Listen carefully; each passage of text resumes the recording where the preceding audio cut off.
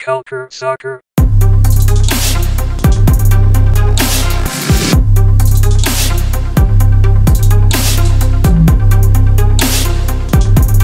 Culture Soccer. Bonjour à tous et bienvenue dans cette émission très spéciale de Culture Soccer. Nous sommes le 12 février 2020. Je ne sais pas exactement quand l'émission sortira, mais il est important de la dater puisque nous sommes à quelques semaines du début de la NISA, une nouvelle division aux États-Unis qui a commencé l'année dernière, une troisième division avec des clubs emblématiques. Et pour parler de cette ligue, pour parler de son club de San Diego dont il est l'entraîneur, je suis avec Alex Gontran, entraîneur donc du 1904 FC et aussi copropriétaire. Bonjour Alex, comment ça va ? Salut Antoine, écoute, ça va très bien, merci. Merci de m'avoir appelé, de pouvoir partager ce projet avec toi et avec tous vos auditeurs. Merci d'avoir accepté notre invitation, ça fait très plaisir. Tu es actuellement en camp d'entraînement, c'est ça ? Oui, complètement, oui. On est en pré-saison et la saison commence dans 2 semaines et demie. D'accord, très bien. Avant de débuter, juste donc pour ceux qui ne suivent pas trop, NISA, c'est un projet de 3e division qui est complètement extérieur à la MLS et à l'United Soccer League, qui est la 2e division et qui a aussi sa propre 3e division. C'est une ligue qui se veut assez ouverte avec des règles très spéciales, comme il n'y a pas de droits territoriaux comme on a dans d'autres régions. Il n'y a pas de prix d'expansion. N'importe quel club peut arriver du temps qu'il a une certaine de stabilité financière et puis un certain nombre de règles comme au niveau des stades. Mais voilà, et pour ce qui est du 1904 FC, c'est un club qui est à San Diego, qui a été créé il y a pas longtemps et dont tu es investisseur autour de aussi Dembaba et Eden Hazard, donc des gros noms du foot. Qu'est-ce que tu fais là, si je peux te demander ? Tu es de base un agent qui a eu des formations d'entraîneur, mais dont tu as notamment travaillé dans les académies au Vietnam, mais qu'est-ce que tu fais à San Diego ?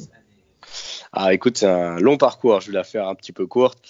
Effectivement, oui, j'ai commencé comme joueur, j'étais au FC Nantes, ça n'a pas marché, donc je suis revenu en région parisienne, je suis devenu entraîneur, c'est devenu ma passion. En étant entraîneur dans ce petit club à Montrouge en France, j'ai rencontré beaucoup de très bons joueurs comme Atem Ben Arfa, Dembaba, Marvin Martin, beaucoup de joueurs qui ont joué en équipe nationale. Et c'est là qu'est venue la passion de pouvoir aussi travailler individuellement avec ces joueurs pour leur donner une chance de pouvoir aller sur un niveau supérieur. Donc c'est comme ça que c'est arrivé. Je suis devenu entraîneur, j'ai entraîné ces joueurs-là. Je suis devenu agent parce que je voulais les continuer à les suivre et leur donner aussi une expérience que j'avais eu moi en tant que joueur. Et puis, j'ai rencontré tout ce milieu du football professionnel en augmentant, pas en augmentant, en travaillant avec certains joueurs qui sont montés comme Dembaba, qui est mon joueur avec qui je suis resté depuis tout le temps. Et on a décidé un jour, donc il y a quelques années, à 3-4 ans, de monter notre propre club. C'était une idée que j'avais depuis très longtemps. Et puis, il était temps à ce moment-là d'en parler avec mes amis, avec Eden, Demba. Il y avait aussi Johan Cabaye, Moussasso. Et puis, on s'est dit, allez, on y va. Donc, on a monté ce club-là il y a 4 ans maintenant. Voilà. D'accord. Et pourquoi les États-Unis ? Pourquoi San Diego ? Ah oui, donc ça, c'était aussi très important. Et on a eu des opportunités de pouvoir monter un club en France ou en Europe.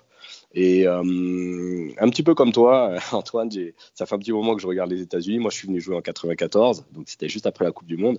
Et ça a toujours été quelque chose qui m'a passionné parce qu'ils ont une culture du sport qu'on n'a pas, je pense. Elle est vraiment très, très importante. Et le football, le soccer ici n'était pas tellement développé, mais je pense que c'était qu'une question de temps. Le soccer va se développer parce que c'est le sport le plus reconnu au monde. Et donc, dans un pays comme celui-ci, automatiquement, ça allait démarrer. Donc, en fait, on a anticipé et on a dit, c'est là qu'il faut qu'on monte notre projet parce qu'on part de zéro et comme il dit, from scratch. Et on a tout à faire. On peut créer notre propre culture, notre propre identité. Et on doit s'adapter à justement une culture différente. Donc, c'était un super projet, en tout cas sur le papier. Donc, maintenant, on en est là, voilà. D'accord, très intéressant. Et les débuts du coup de ce club devaient se faire en grande pompe en 2018, lorsque vous deviez entrer en NSL, qui était une division 2, notamment avec les New York Cosmos, mais qui a disparu, problème de finances et puis de relégation administrative par la fédération américaine. Comment ça s'est passé à ce niveau-là, sachant que vous aviez donc un peu construit le club, lancé la marque, un petit peu le logo, tout ça, et puis finalement vous avez été en hiatus obligatoire pendant plus d'1 an. Comment s'est passé à ce moment-là ? Est-ce qu'il y avait peut-être des considérations d'abandonner le projet ou vous vous êtes dit qu'il fallait rester tout de même à San Diego ? Oui, bien sûr. Quand on a commencé avec justement ce club de NASL et, et on avait vraiment tout préparé. Demba était venu ici, on avait fait la conférence de presse, enfin tout était vraiment bien prêt et la ligue a disparu, comme on peut dire, a disparu, c'est-à-dire que tout était prêt pour jouer et un mois et demi avant de partir. Bon, il y a eu un procès, enfin ainsi de suite, de la NASL envers la fédération et la MLS. Ce procès a été perdu, donc en fait on a perdu le statut pour pouvoir jouer. Donc effectivement là, à ce moment-là, c'était assez dur. On s'est posé la question si on restait ou si on abandonnait, mais l'élan qu'on a eu, si tu veux, ce qu'on a ressenti de la communauté à San Diego, on s'est dit non, il faut qu'on reste, il faut qu'on monte quelque chose, quoi. Donc on a essayé l'USL, le prix de la franchise était exorbitant, donc on ne pouvait pas le faire, tout simplement. Ce projet, on n'avait pas les finances pour pouvoir le faire, donc on a attendu. La NISA est arrivée à ce moment-là, et donc c'était, comme tu as dit, un système beaucoup plus ouvert où il n'y a pas de franchise à payer. Donc on a dit, bon, on va tenter d'aller avec la NISA. Donc on est parti avec la NISA, et effectivement, on a joué la première fall season qui était plus sous une forme de tournoi, mais on a commencé à jouer en 2019, donc en août 2019. Donc ouais, donc il y a eu la question d'abandonner, oui, bien sûr. Oui, d'accord. C'est vrai que un truc que je devrais mentionner, c'est que vous étiez à l'époque la seule équipe professionnelle de San Diego. Depuis, c'est plus le cas, mais il n'y avait pas de franchise de MLS ou quoi que ce soit. Et quand tu dis que le prix était très cher en USL, je sais qu'il est de 10 millions maintenant de dollars à peu près, mais est-ce que du coup avec la NASL, vous n'aviez pas encore payé, vous n'avez pas eu un gros problème, vous avez perdu d'un coup le prix d'expansion? Ah bah si, malheureusement, on a perdu un peu d'argent quand même. D'accord, oui, On avait commencé à payer, la franchise était à hauteur de 3 millions, donc ok. c'était quand même un montant important. Et on avait négocié avec la Ligue, comme ils étaient très intéressés de nous avoir, étant donné qu'on avait une expérience européenne et puis des noms très connus avec nous. On avait réussi à négocier pour pouvoir payer moins cher et en plusieurs fois. Donc on n'a payé qu'une partie, mais effectivement on a perdu cette partie. D'accord. Parce qu'il me semble qu'à un moment, en tout cas, elle était plus chère, la NSL, que la USL, mais j'imagine que l'émergence de cette dernière récemment a dû faire monter un peu les prix. Comme tu as dit, Nissa, du coup, c'était un peu un choix évident, puisqu'il n'y a pas de problèmes territoriaux, il n'y a pas la deuxième équipe de San Diego en USL qui vous bloque, il Oui. n'y a pas le problème de ces franchises d'expansion. La saison commence en août 2019. En effet, est-ce que tu as douté du début de la ligue, sachant qu'elle a eu du mal quand même à sortir de terre? Oui, oui, on est toujours en phase de. Ah oui, oui, on a beaucoup douté en août. On n'était vraiment pas sûr de partir. Le nombre d'équipes n'était pas suffisant. Il y avait des équipes qui n'étaient pas stables. Et aujourd'hui, sans dévoiler quoi que ce soit, on est toujours en phase de construction. C'est-à-dire que il y a beaucoup d'équipes, beaucoup de clubs sont attirés par la NISA justement par ces conditions qui sont complètement ouvertes. Mais cependant, il faut qu'elle se construise. Et donc, il faut qu'elle soit solide, il faut qu'on attire les bonnes équipes, il faut qu'on puisse tourner une saison ou deux pour que les gens puissent se dire, OK, il faut qu'on aille dedans, quoi. Donc, on a beaucoup de demandes. Enfin, la NISA te répondra, mais on a beaucoup de demandes de clubs qui veulent venir. Mais il y a beaucoup de clubs qui attendent aussi que ce soit solide, quoi. Donc, on est dans cette phase, en fait. D'accord, je comprends. Et vous avez commencé donc en août 2019 et tu es l'entraîneur-chef, comme on dit au Québec, tu es l'entraîneur-chef de cette franchise de San Diego. Quel a été le choix? Est-ce que tu savais déjà en arrivant en NASL que tu serais entraîneur ou c'était un choix à défaut d'avoir trouvé quelqu'un, un profil que vous trouviez meilleur? Ah non, personnellement, c'était le projet depuis le départ, en fait. Hein. Donc c'était prévu comme ça. Ce qui était moins prévu, c'est qu'effectivement, je sois plus attaché à développer, à construire le club. En tant que propriétaire, c'était un petit peu normal, mais on a dépassé nos fonctions étant donné la situation depuis le début, quoi. Mais non, l'objectif était bien de devenir coach ici, quoi. D'accord. La saison dernière, c'était un peu une saison, bon, elle a été surnommée Showcase parce qu'elle était un peu construite on va dire, en faire de dernière minute pour se lancer rapidement, avec un format un peu compliqué. Vous avez fait 6 matchs, 2 victoires, 4 défaites. Oui. Troisième de votre conférence devant Auckland notamment, que vous avez battu à domicile, ainsi que Cal United. Comment tu juges cette première saison en général pour la Ligue, pour ce test, sachant qu'il y a eu des problèmes, hein, notamment une franchise qui s'est arrêtée au bout de 2-3 matchs. Mais toi, par rapport à la ferveur que tu as pu voir, notamment à Auckland ou à Cal United et puis à San Diego, comment tu juges cette première saison? Ben, tu sais, j'étais très proche de la NASL puisqu'on était dedans, donc je peux comparer un petit peu entre la NASL, l'USL, l'USL 1. je dirais qu'on a on a une ligue et on a des clubs qui sont entre l'USL Ligue 1 et l'USL. C'est-à-dire qu'il y a des joueurs d'expérience, il y a des coachs qui sont intéressants aussi. On a des joueurs, entre guillemets, qui ne sont pas formatés pour l'USL ou pour la MLS. Donc c'est un autre style. On a des joueurs un petit peu plus mexicains, avec des plus petits gabarits. Donc un autre style de jeu. Mais je dirais que la Nissa, ouais, c'est au niveau, c'est entre l'USL Championship et l'USL Ligue 1, ouais. C'est vrai Donc, que c'est juste un truc que tu prends du doigt et qui m'avait un peu marqué quand je regardais quelques matchs de Nissa ou quelques highlights. C'est ouais, il y a beaucoup de joueurs techniques, petits, et moins de grands gabarits, un petit peu comme athlétiques qu'on retrouve en USL. complètement, ouais. Complètement. Bah, je te donne juste un exemple parce que ce matin, à l'entraînement, on rigolait, mais dans mon équipe aujourd'hui, qui a une moyenne d'âge de 21 ans, j'ai 8 joueurs qui ont joué en équipe nationale américaine.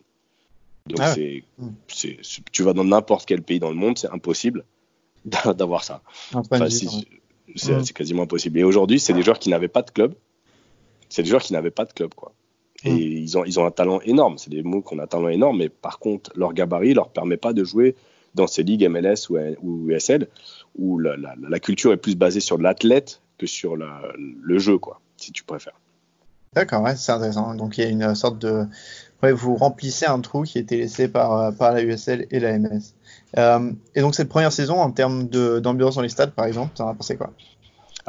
Nous, personnellement, quand on a joué à domicile, on était dans un énorme stade de 72 000 personnes parce qu'on n'a pas eu trop le choix et c'était extraordinaire. On a eu 3 000 personnes de moyenne et honnêtement, c'était une super ambiance, vraiment une très très bonne ambiance. Après, lorsqu'on se déplaçait à Cali United ou à LA Force, c'est des ligues en construction, c'est des grosses villes. Los Angeles, c'est une grosse ville, donc c'est plus dur d'attirer du monde. Mais l'ambiance était quand même très très bonne, extraordinaire. Enfin, d'ailleurs, pour une ligue qui commence avec un format qui n'était pas très attrayant, c'était plutôt un succès. Ouais. C'était plutôt un succès. Ouais, Cal United, le stade avait l'air très sympa. En tout cas, de ce que j'ai vu au niveau de Real. Ça serait très sympa. Et puis vous avez, vous aurez sûrement l'année prochaine surtout des énormes foules qui vont arriver, avec Chattanooga et Détroit qui font plus de 5000 fans par match souvent. Et Détroit qui sont connus pour avoir des ultras vraiment très très passionnés. Ouais. Est-ce que, on va repasser sur votre propre stade. Comme tu l'as dit, vous étiez au SDCCU Stadium, qui est un stade gigantesque et qui, j'ai vu dans un article où tu étais interviewé, vous coûtait très très cher. Est-ce que tu as été quand même surpris que la ville de San Diego se déplace pas mal? Vous avez, comme tu as dit, 3000 fans par match, alors que vous étiez quand même en hiatus pendant plus d'1 an. Est-ce que c'est votre travail par rapport à la communauté qui a payé à ce moment-là? Il y a notre travail par rapport à la communauté, bien sûr, mais je pense qu'il y a surtout une attente de la communauté. On est en bordure du Mexique. Et quand même, je pense que c'est une des villes qui joue le plus au football en termes de jeunes. On a 5 équipes de DS qui correspondent aux nationaux chez nous. C'est énorme. Et en fait, je pense qu'on répond plus à une attente, même si on a fait un extraordinaire travail maintenant par rapport aux moyens et au temps qu'on a eu. C'était vraiment super, mais il y a une vraie attente ici à San Diego d'avoir une équipe sur laquelle ils peuvent compter, sur laquelle ils peuvent supporter, et qui reconnaît un petit peu, si tu veux, la culture san-diégane, c'est-à-dire quand même mix mexicain-américain. Ouais, je vois. C'est vrai que la seule équipe professionnelle, je crois, c'est celle de indoor soccer, non, qui est assez populaire. Ouais, exact, les Sockers. Ouais. Okay. Ouais, c'est vrai que c'était jusque-là, il n'y avait pas grand-chose d'autre. Et du coup, vous êtes arrivé et il y a une autre équipe qui débute dans la même ville cette année. Ce sont les San Diego Loyals. Pour ceux qui ne connaissent pas, c'est une expansion en USL qui est surtout bien aidée par leur figure principale, qui est, il me semble, copropriétaire et entraîneur, Landon Donovan, qui a lui-même vraiment poussé pour avoir San Diego en MLS. Il a notamment essayé de faire venir la Ligue plusieurs fois, mais sans succès. Comment vous gérez l'arrivée d'une autre équipe de soccer dans la ville qui va sûrement vous rivaliser un petit peu en termes pour essayer d'attirer le public? Alors, je vais te donner sous 2 angles. Il y a l'angle de la communauté et de la ville. Je pense que pour la ville, c'était juste super d'avoir 2 équipes parce que, comme Paris, s'ils avaient 2 équipes, je pense que ce serait mieux pour le PSG, par exemple. Mais dans toutes les grandes villes, on a obligatoirement une rivalité. Et là, c'est une fausse rivalité. On ne joue pas dans la même division. Et il n'y a pas de promotion-relégation. Donc, c'est une fausse rivalité, mais ça donne le choix, si tu veux, aux supporters, peut-être 2 styles différents. peut-être 2 ligues différentes donc qui peuvent supporter, et aussi plus d'opportunités pour les joueurs de San Diego d'avoir une opportunité de jouer professionnel. Donc je pense qu'au niveau communautaire, c'est super intéressant. C'est vraiment très intéressant. Au niveau personnel, en tant que 1904 FC, je pense qu'effectivement, on ne rentre pas en compétition. On n'a pas le même modèle. Clairement, nous, on a un vrai modèle de développement. Tu sais, on vient de la formation. On veut vraiment développer les talents d'ici, leur donner une chance aux États-Unis, mais aussi surtout en Europe pour les meilleurs joueurs. Tu en parleras avec eux, mais je pense que l'USL, c'est plus développer une franchise, valoriser la franchise, jouer, gagner, ce serait bien, mais je suis pas sûr que ce soit une priorité pour eux, personnellement. Mais par contre, développer cette franchise pour peut-être évoluer en MLS, ça, c'est peut-être plus leur objectif. Donc, on n'a pas le même objectif, si tu veux. Donc, on n'est pas réellement en compétition. Maintenant, j'espère qu'on les jouera en US Open Cup, puisque c'est le seul moyen de pouvoir les jouer. J'espère qu'on les jouera et qu'on pourra justement rivaliser et donner encore plus d'attrait à la communauté. Mais à part ça, non, je vois pas de. Je pense qu'on est complètement différents, honnêtement. Oui, je vois. Mais il y a peut-être un fan de soccer va devoir décider entre une des deux équipes à un moment. Certainement. Mais pour une ville, tu sais, il y a 3,5 millions d'habitants sur le county, plus donc. Bon, il y a de la place quand même. D'accord, ouais, je vois. Tu parlais un petit peu du modèle de développement des joueurs. C'est vrai que c'est quelque chose que vous avez vraiment mis un accent dessus, même quand vous n'aviez pas encore d'équipe professionnelle. C'est le développement des jeunes de la région. Et tu as parlé dans une interview qu'un des moyens de faire du revenu pour votre ligue, sachant qu'il n'y a pas de revenu télévisé, puisque vous êtes diffusé seulement sur Internet, via un système qui s'appelle MyCujo. Tu parlais de le seul moyen de faire des revenus conséquents serait au niveau de la revente. C'est quelque chose qui se fait pas trop au niveau du soccer nord-américain, surtout dans les divisions inférieures. Il y a très peu de joueurs qui passent par la USL et qui arrivent en MLS, sauf dans certaines réserves de MLS, mais c'est quelque chose de très rare. Est-ce que tu penses que c'est vraiment faisable sur le long terme, ce modèle? Ah oui, j'en suis même sûr et certain. Il y a 2 raisons. Aujourd'hui, la MLS, tu sais, ils ont un système de draft comme dans les autres sports. C'est-à-dire qu'en gros, le vivier qui alimente la MLS est plus universitaire. À partir de 18 ans, tu rentres en université et les meilleurs joueurs universitaires sont draftés pour la MLS. Donc, il y a des places réservées pour ces joueurs-là. Donc, c'est un petit peu normal qu'ils n'aillent pas chercher sur l'USL, étant donné qu'ils ont un système déjà qui doit alimenter ces joueurs-là. Maintenant, chaque MLS a une réserve qui joue en USL en principe, ou en tout cas est partenaire avec une USL. Donc ils essayent aussi de trouver des joueurs dans ces ligues-là. Mais à part certains clubs, et je veux pas parler dans la globalité, mais ils ne sont pas sur le développement des joueurs. Ils ne sont pas sur le développement des joueurs aujourd'hui. Je pense qu'ils sont sur les fondations d'avoir du monde dans les stades, de pouvoir valoriser ce sport, et ce qui est très très bien. Mais le développement, je pense que ça passera peut-être plus tard.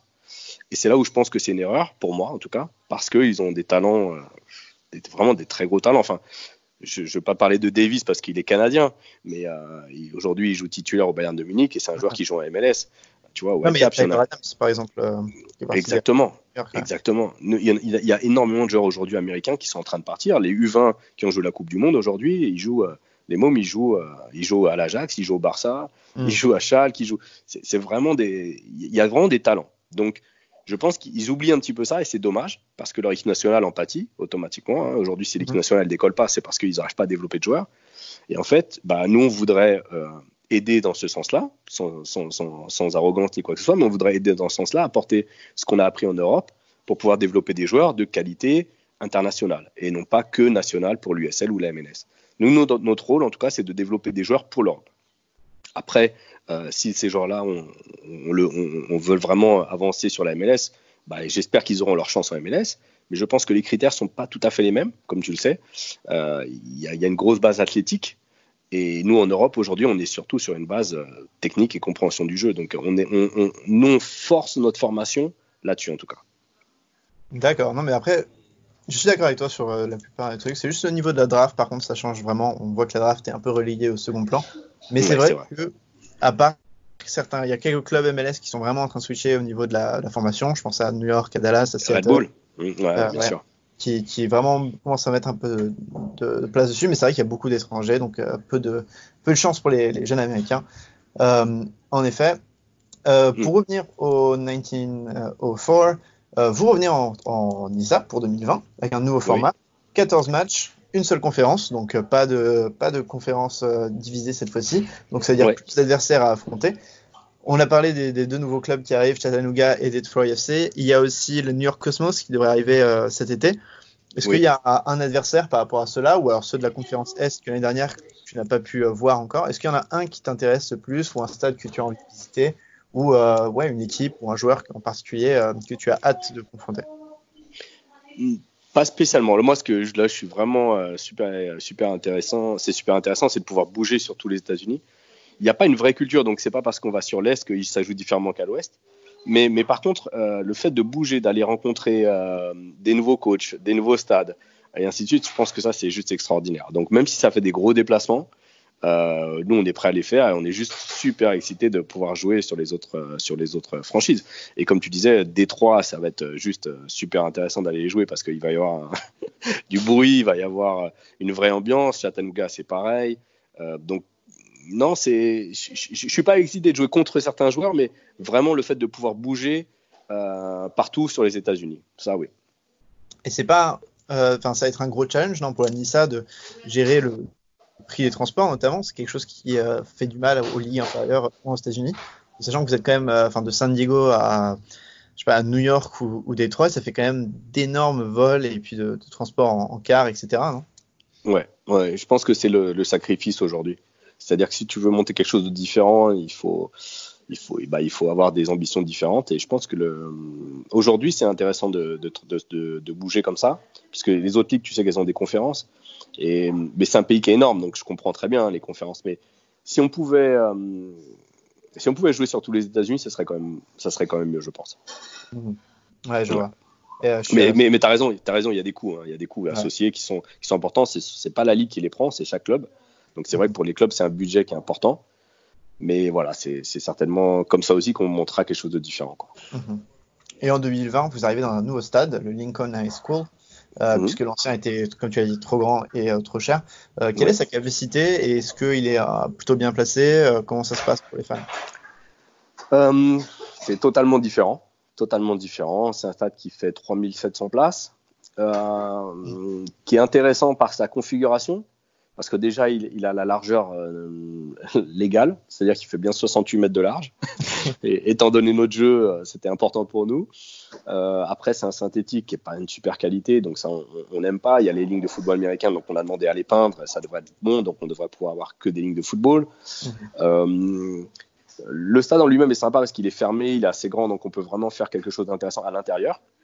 Il reste dans San Diego, il est un peu au sud de San Diego, donc peut-être un peu plus proche de notre corps fan, et accessible puisqu'il est vraiment à côté de l'autoroute. Donc voilà, c'est un choix, c'est pas un choix par défaut, c'est un choix vraiment parce qu'on trouvait ça intéressant.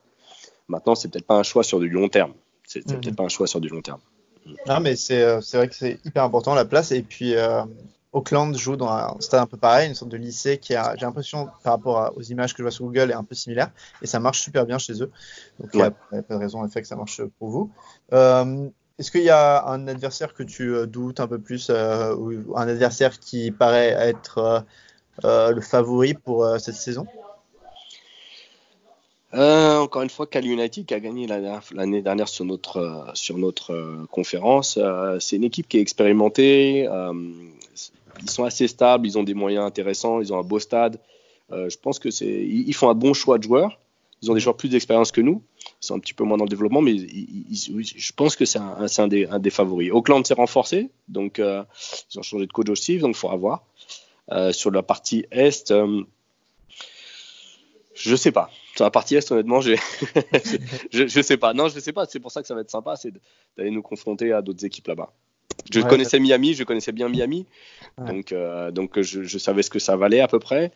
Donc, je pense que, sans me mettre en avant, je pense que la partie Ouest va être un peu plus supérieure sur le terrain. Non, c'est vrai que sur le papier, il n'y a pas de gros noms à l'Est en termes de joueurs. Et le FC Miami, qui en était un, en effet, est parti. Je pense que Stumptown peut-être jouera un petit peu plus les leaders, mais c'est vrai que c'est compliqué à dire pour le moment. En tout cas, avant l'arrivée des Cosmos pour la saison d'automne. Est-ce que ça commence dans 2 semaines du coup? Est-ce que ton équipe est un peu prête? Tu as assez de joueurs ou il y a encore des recrues à faire? On est toujours en phase d'essai. Et même pendant la saison, je prendrai des joueurs à l'essai, surtout des jeunes, pour voir comment ils s'adaptent. Donc, je les invite, moi, je peux les inviter dès qu'ils sont en vacances, parce que tu sais, ils sont à l'école. Mais des joueurs de 16 ans, aujourd'hui, j'ai un joueur de 17 ans qu'on est en train de faire signer, qui est vraiment un très, très bon joueur. Donc, moi, si c'est jeune et si ça a un potentiel pour avancer, autant leur donner leur chance de s'entraîner avec les pros. Comme ça, ils avancent plus vite. Et puis pour nous, c'est aussi certainement une meilleure opportunité pour notre business model. Donc, mais là, on a un groupe de 24 joueurs, à peu près 25 joueurs. On a déjà fait 3 matchs amicaux contre les équipes locales. On a gagné nos 3 matchs. On en joue un ce soir, on en joue 2 ce week-end. On essaie de jouer un maximum parce que je me sers des matchs comme vraiment un travail d'entraînement pour moi. Donc ouais, on joue pas mal. Ouais. Donc pour l'instant, on a gardé 80% de l'effectif de la Fall. On a des joueurs sur qui on croit vraiment et à qui on veut vraiment donner une chance sur l'Europe. Je pense qu'il y a des très très gros talents, sans vouloir trop les valoriser, mais je crois qu'on a des très très gros talents, de 19 ans, 20 ans, qui sont vraiment intéressants. Ouais. Et contrairement à des divisions, des quatrièmes divisions, ça c'est beaucoup aux États-Unis, vous n'utilisez pas du tout de joueurs qui sont en université en même temps?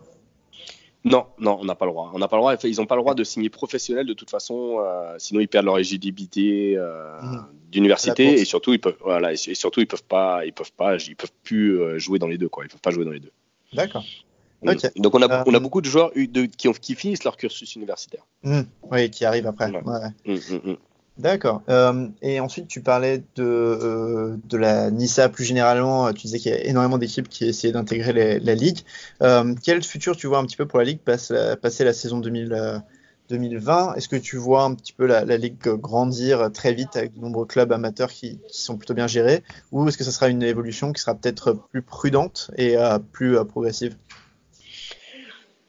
Je ne suis pas à la tête de la Ligue. Je suis propriétaire de la Ligue, étant donné qu'on est propriétaire de club.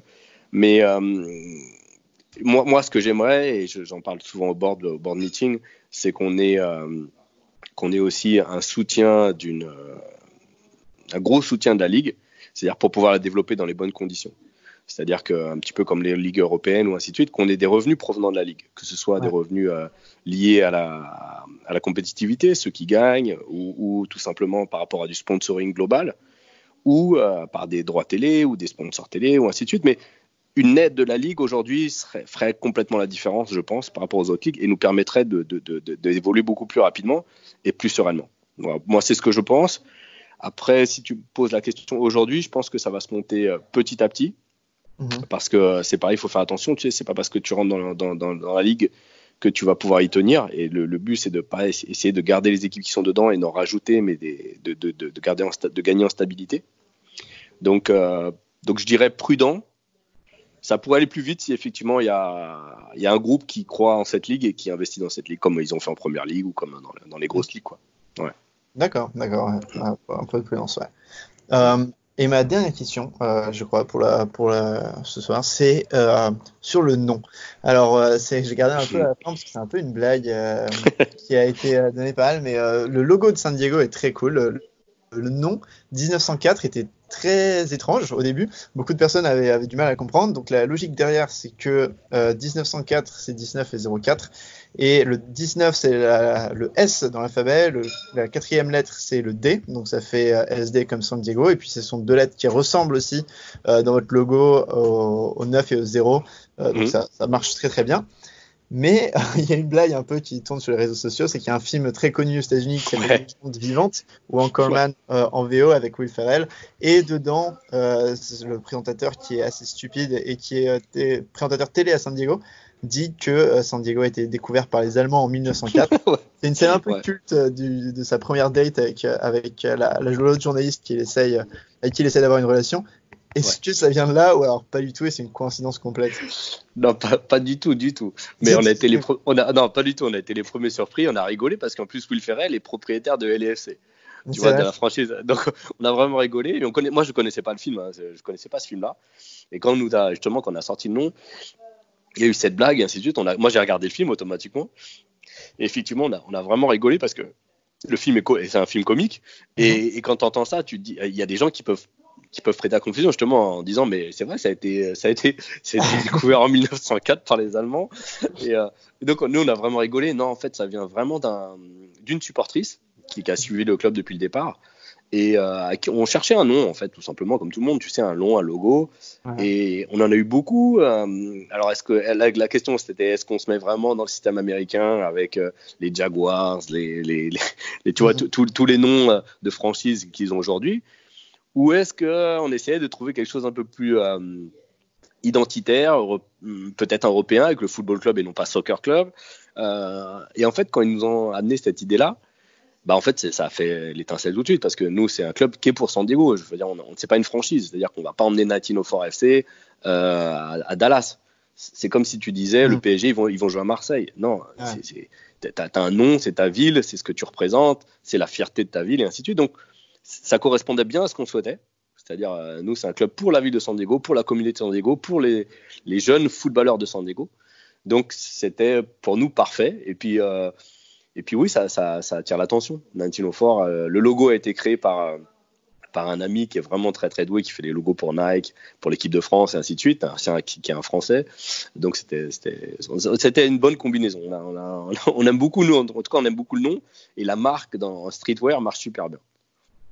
Ouais, non, c'est vrai qu'en tout cas c'est une coïncidence assez drôle que ça corresponde avec le film Anchorman. Et au niveau des logos, Nisa fait vraiment du bon boulot, hein, que ce soit à vous, le Oakland Roots, au Détroit, il y a vraiment de très très beaux logos. Mais en tout cas, ouais, c'est un peu tout. Merci d'avoir répondu à mes questions. On te souhaite une très bonne saison en Nisa. Est-ce qu'il y a un dernier mot, quelque chose que tu voudrais rajouter que j'ai oublié peut-être? Non, donc juste que votre site internet et que ce que vous faites est vraiment bien, honnêtement. J'ai apprécié parce que c'est rare d'avoir ces informations comme tu dis, c'est rare d'avoir ces informations précises. Et quand tu es en France ou quand tu es à l'étranger, c'est bien d'avoir cet aperçu parce que je pense que tu expliques bien où est-ce qu'il en est le football ici, les problématiques qui se posent au quotidien. Et surtout, moi, ce que je vois, c'est le potentiel de ce pays en termes de football. Le potentiel est juste gigantesque. Si la fédération, s'ils veulent vraiment que ça prenne, ça deviendra une des plus grosses nations au monde. Ça, c'est évident. D'accord. C'est clair. On est d'accord là-dessus. Et puis la Coupe du Monde 2026 qui arrive aussi au pays. Donc, ça ne devrait qu'augmenter jusque-là. Merci beaucoup, Alex, d'avoir été avec nous. On te souhaite une excellente saison Nissa 2020 et puis pour les saisons suivantes, on espère que ça continuera aussi. On vous souhaite bonne chance aussi en Open Cup si jamais vous tombez contre les autres Street Teams. On espère. Surtout contre San Diego, ça pourrait être de l'USL, ça pourrait être très sympa comme confrontation. Merci beaucoup. Je te souhaite une bonne fin de journée. Merci Antoine. Merci beaucoup. Ciao. Et n'hésite pas si tu as des questions, n'hésite pas à nous appeler. On est sur place. Avec grand plaisir. Merci à tous de nous avoir suivis dans cette émission spéciale Nissa. Vous pouvez nous suivre sur les réseaux sociaux et, comme l'a dit Alex, vous allez sur notre site pour lire plus d'informations sur cette ligue et ligue inférieure états-unienne. Merci à tous de votre fidélité. Ciao.